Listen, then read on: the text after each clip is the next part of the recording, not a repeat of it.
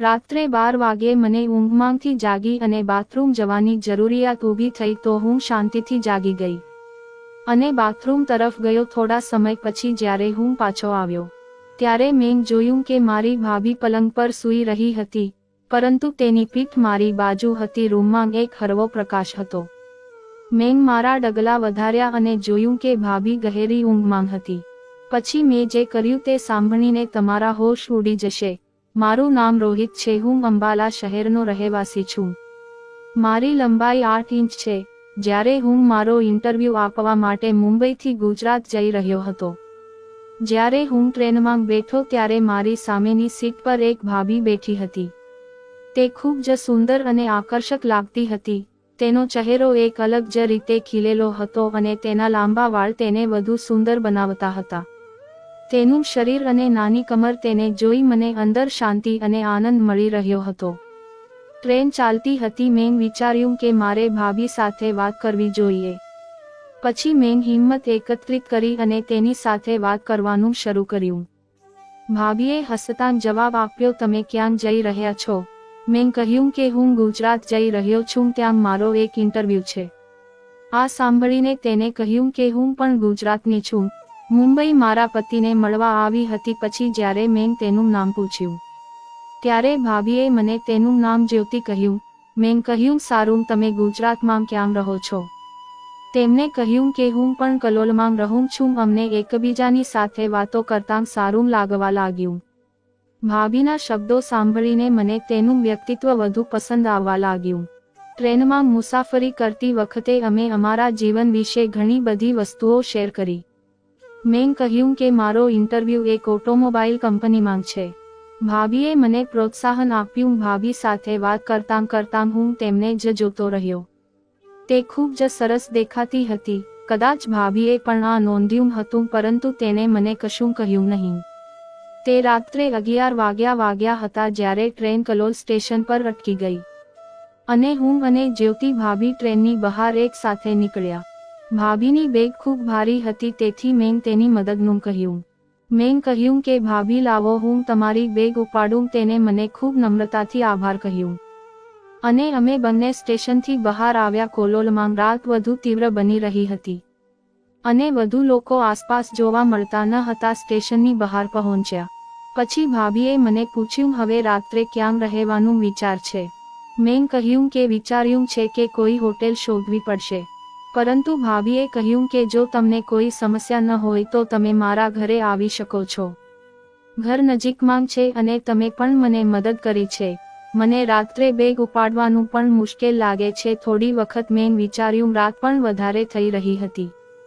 Hotel શોધવી મુશ્કેલ હતી, તેથી મેં ભાભીના ઘરે જવાનું વધુ યોગ્ય માન્યું હતું. અમે બંને રેલવે પાર કરી અને ભાભીના ઘર તરફ આગળ વધ્યા. જ્યારે રસ્તામાં મેં ભાભીને પૂછ્યું, તમારું ઘર કેટલું દૂર છે? ભાભીએ હસીને કહ્યું, થોડું જ દૂર છે.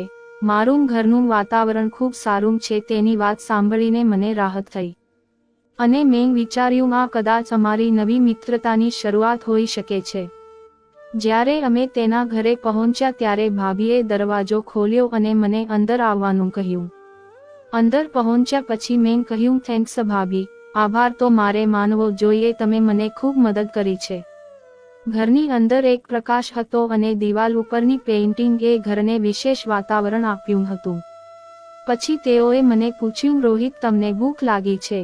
તમે શું ખાવાનું પસંદ કરો છો? મને થોડી ભૂખ લાગી હતી, તેથી મેં કહ્યું, ભાભી, ચોખા બનાવો, જલ્દીથી બની જશે.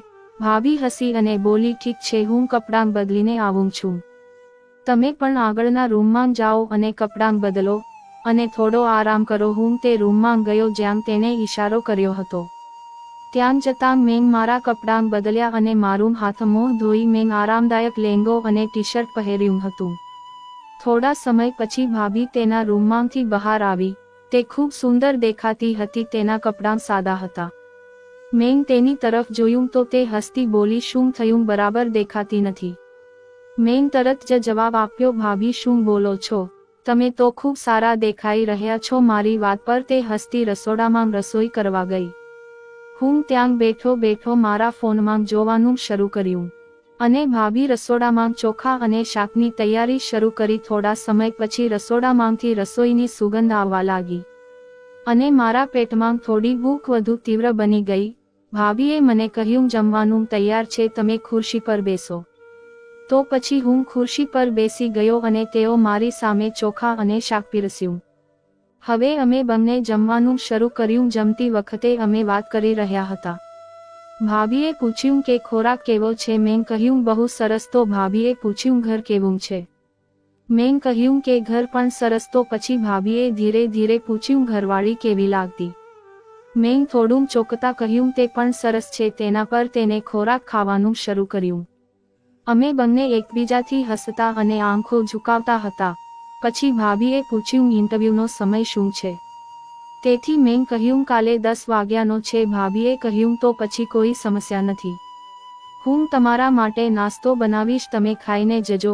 મેં પણ હા કહ્યું. પછી અમે બંને ખોરાક પૂરો કર્યો. જમવાનું સાદું હતું, પરંતુ ખૂબ જ સ્વાદિષ્ટ હતું. અમે સાથે બેસીને ખોરાક ખાધો અને વાતો કરી. તેઓએ તેમના પતિ વિશે કહ્યું કે તેઓ મુંબઈમાં કામ કરે છે અને તે કલોલમાં એકલી રહે છે.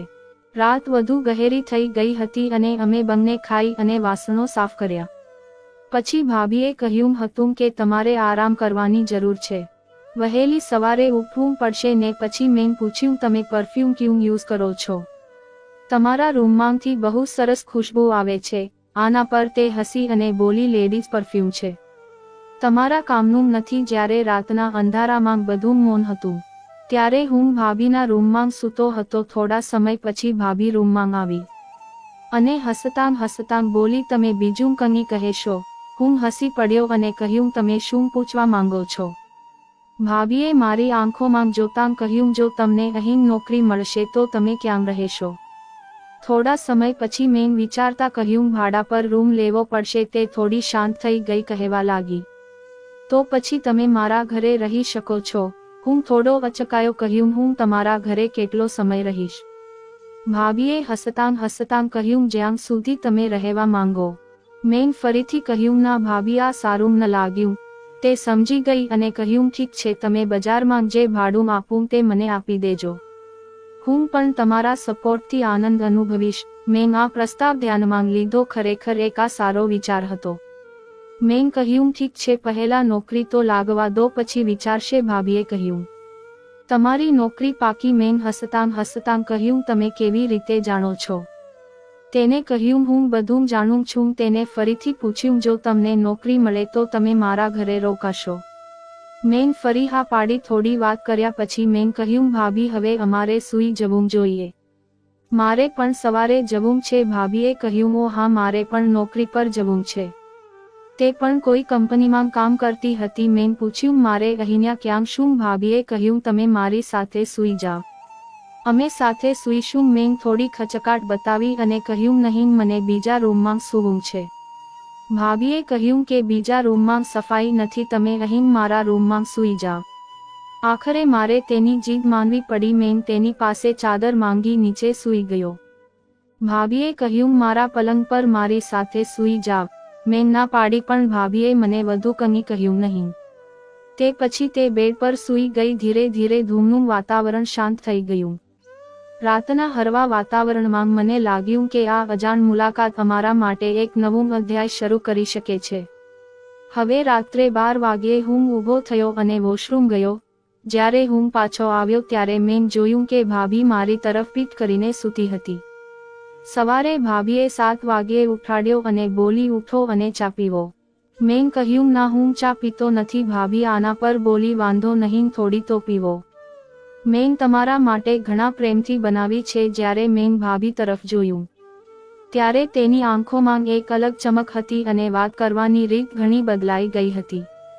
હવે તે બધી વાત અર્થ સાથે કરી રહી હતી, પરંતુ હું તેની વાતોની અવગણના કરી રહ્યો હતો. પછી હું તૈયાર થવા લાગ્યો અને જવા લાગ્યો. ભાભી બોલી, ઇન્ટરવ્યૂ પછી મને મળીને જજો અને નોકરીનું શું થયું તે મને જણાવીને જજો. હું હા બોલતો બહાર આવ્યો. મેં રિક્ષા કરી અને ઓફિસ ગયો. જ્યારે હું દિવસના 3 વાગ્યે પાછો આવ્યો ત્યારે ભાભીના ઘરમાં મારા કપડાં હજી અંદર હતા અને હું ભાભીનો ફોન નંબર લેવાનું ભૂલી ગયો હતો. તેથી હું તેની રાહ જોવા લાગ્યો. સાંજે 5 વાગ્યે તે આવી અને બોલી, સોરી યાર, ભૂલી ગઈ હતી કે તમે મારી રાહ જોઈ રહ્યા હશો. તેને ઝડપથી ગેટ ખોલ્યો અને અંદર આવવાનું કહ્યું. પછી ભાભીએ કહ્યું, તમે થોડી રાહ જુઓ, હું કપડાં બદલીને આવું છું. આજે ભાભી ટી-શર્ટ પહેરીને બહાર આવી અને બોલી, હવે મને કહો કે શું થયું. મેં કહ્યું કે મારે ઘરે જવું પડશે. આનાથી ભાભી થોડી ઉદાસ થઈ ગઈ અને કહ્યું, ઇન્ટરવ્યૂ બરાબર નથી થયું. નોકરી ન લાગી તે તમને કેવી રીતે ના પાડી શકે. મને થયું આ વિશે સાંભળીને તે ખૂબ જ ઉદાસી અનુભવી રહ્યા હોય તેવું લાગતું હતું. મેં કહ્યું કે ભાભી, આવી કોઈ વાત નથી, મારી નોકરી લાગી ગઈ છે અને મારે 3 દિવસ પછી જોડાવાનું છે. આના પર ભાભી ખુશ થઈને પૂછવા લાગ્યા, તો તમે ઘરે કેમ જઈ રહ્યા છો? તેમને પૂછવાથી સ્પષ્ટ હતું કે તેમને મારું જવું પસંદ નથી.